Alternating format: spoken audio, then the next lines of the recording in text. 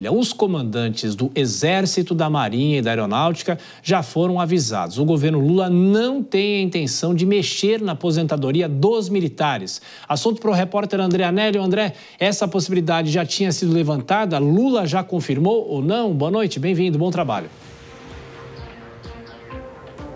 Já sim, Thiago, muito obrigado. Boa noite para você, boa noite a todos ligados aqui no Jornal Jovem Pan.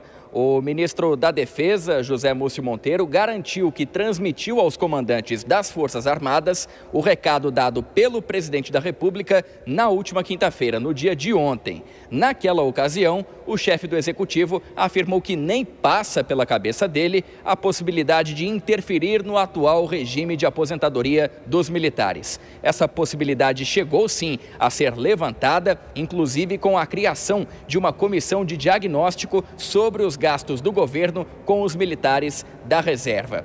De acordo com o Tribunal de Contas da União, o TCU, nos últimos 10 anos, as despesas do regime previdenciário dos militares das Forças Armadas subiram mais de 80%. E o gasto por militar da reserva e pensionista já ficava acima do regime de aposentadoria dos servidores civis e demais trabalhadores. Mesmo diante desses dados, o presidente da República reafirmou o compromisso de não alterar as atuais regras, posicionamento que foi apoiado pelo ministro da Defesa. José Múcio Monteiro afirmou que não existem razões para modificar apenas a aposentadoria dos militares, porque eles são diferentes dos civis. Segundo ele, não há na lei deles hora extra e ainda existem mobilidades geográficas, além da necessidade de estar sempre de prontidão. Tiago. E André, o presidente Lula afirmou nessa sexta-feira que está disposto a construir acordos de negociação ou renegociação das dívidas dos estados. O que ele disse? Já há algum caminho para isso? Já existe sim, inclusive, Tiago, o presidente deu uma pista de que aguarda uma definição do Tesouro Nacional para a negociação da dívida dos estados. O chefe do Executivo disse que conversou com o presidente do Senado, Rodrigo Pacheco, sobre as propostas que estão sendo discutidas com o Tesouro e com o Ministério da Fazenda, mas que, por enquanto, ainda não há nenhum prazo para o fim dessa negociação. Um dos projetos a respeito dessas renegociações com os estados devedores autoriza a União a receber ativos, a exemplo de empresas estatais ou créditos judiciais, para abater o montante devedor. Além disso, permite que uma parte dos 4% dos juros ao ano não seja paga ao governo federal, já que o dinheiro pode ser usado em investimentos no próprio estado, como, por exemplo, em áreas como saúde, educação e segurança pública.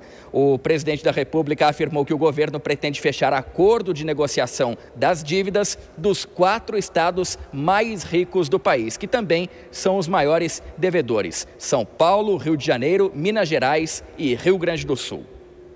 E como o governo federal não quer prejudicar ninguém, a gente quer ver se é possível construir acordos em que todo mundo possa ganhar alguma coisa.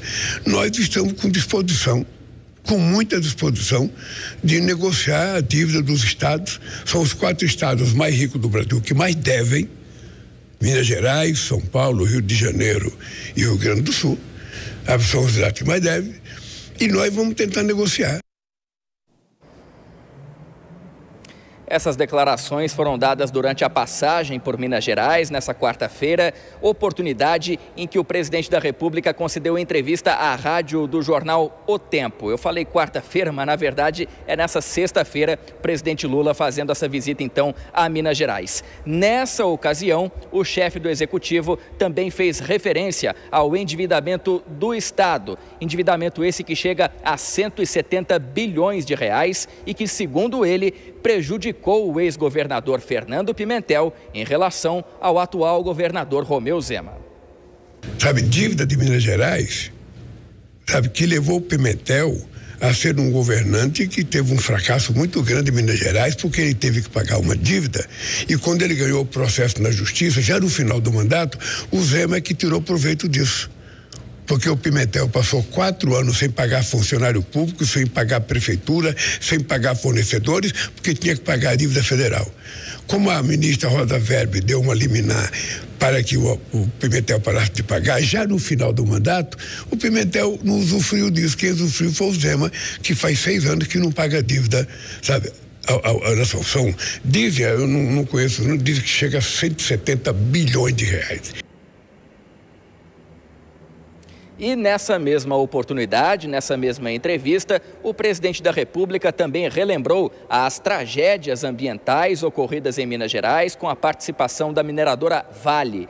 De acordo com o chefe do executivo, o governo ainda trabalha para a negociação da dívida da companhia aos moradores afetados de Mariana. O presidente afirmou que as pessoas estão sendo enroladas, pelas palavras dele, pela empresa e disse que um acordo entre as partes está em andamento. Ele garantiu que tem cobrado o ministro de Minas e Energia, Alexandre Silveira, mas não soube dar mais detalhes a respeito dessa negociação que tem expectativa de ser apresentada no mês que vem e que, segundo o presidente da República, existe a disposição, então, do fechamento desse acordo. Eu estou predisposto a negociar a dívida da Vale, não com Minas Gerais, a dívida da Vale com o povo da região que foi solapada pelas barragens. A Mariana e Brumadinho. Aquele povo tem que receber suas casas, aquele povo tem que receber indenização, o rio tem que ser recuperado. E a Vale está lá, com dinheiro aplicado, sabe, sem querer pagar. Nós vamos também, sabe, fazer acordo para que a Vale pague essa dívida. O presidente também citou a tragédia de Brumadinho quando ele falou sobre a negociação dessas dívidas. Mas, no caso da cidade, que fica ali na região metropolitana de Belo Horizonte, um acordo já foi fechado entre a Vale e o governo de Minas Gerais em 2021. Essa negociação foi finalizada em 37 bilhões 680 milhões de reais. Tiago. É isso, as últimas informações de Brasília, repercussão das falas do presidente. Bom trabalho para você, André. Até mais tarde. Chamo de novo os nossos comentaristas. Dora Kramer, primeiro tem essa discussão sobre o salário dos militares, na verdade a aposentadoria dos militares, que o governo promete não mexer, porque isso de uma certa maneira é um vespeiro, não sei se você concorda ou não, e tem essa discussão sobre a dívida dos estados. Já já a gente vai falar também sobre as declarações do presidente em relação ao Banco Central e tudo isso levou o dólar a mais um recorde nessa sexta-feira. Dora Kramer. Olha só, em relação a... Meu Deus do céu, já me perdi. O primeiro assunto era... Aos militares, sim. Você lembra, eu acho que foi na semana passada que a gente falou sobre uma comissão que o ministro da Defesa instituiu, uma comissão informal. Eu até estranhei o fato, o que é uma comissão informal? É todo mundo de roupa esporte? Não entendi direito e tinha certeza de que era apenas um jeito de sair do assunto. Dito e feito, tá aí, quando o presidente hoje consigna que não passa pela cabeça, ou seja, não vai haver modificação, isso significa que quem ganhou a parada foram os militares, como já indicava o ministro Zé Múcio, mas daquele jeito dele. O ministro Zé Múcio é muito jeitoso, político habilidoso, não é? Não queria criar um conflito naquela ocasião, saiu-se com essa de comissão informal e ficou tudo resolvido por isso mesmo.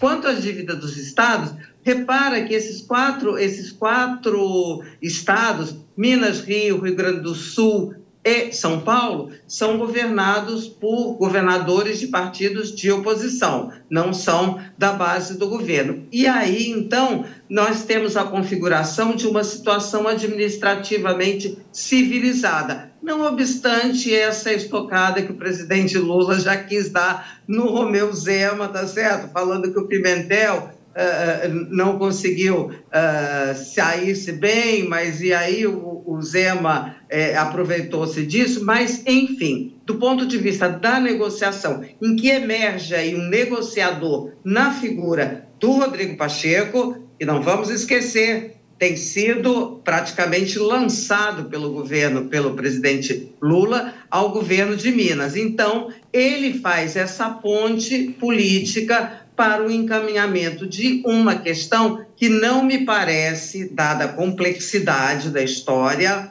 e as dificuldades, né, que seja algo que vá se materializar com tanta rapidez. Mas, de qualquer forma, vale notar isso. Há uma negociação, os governadores estão de oposição, no entanto, preserva-se a relação administrativa. E de qualquer forma, né, Vilela, no momento em que o governo precisa de dinheiro, não há corte de gastos, é tentar receber de todo lado. E tem também essa preocupação de não mexer com os militares.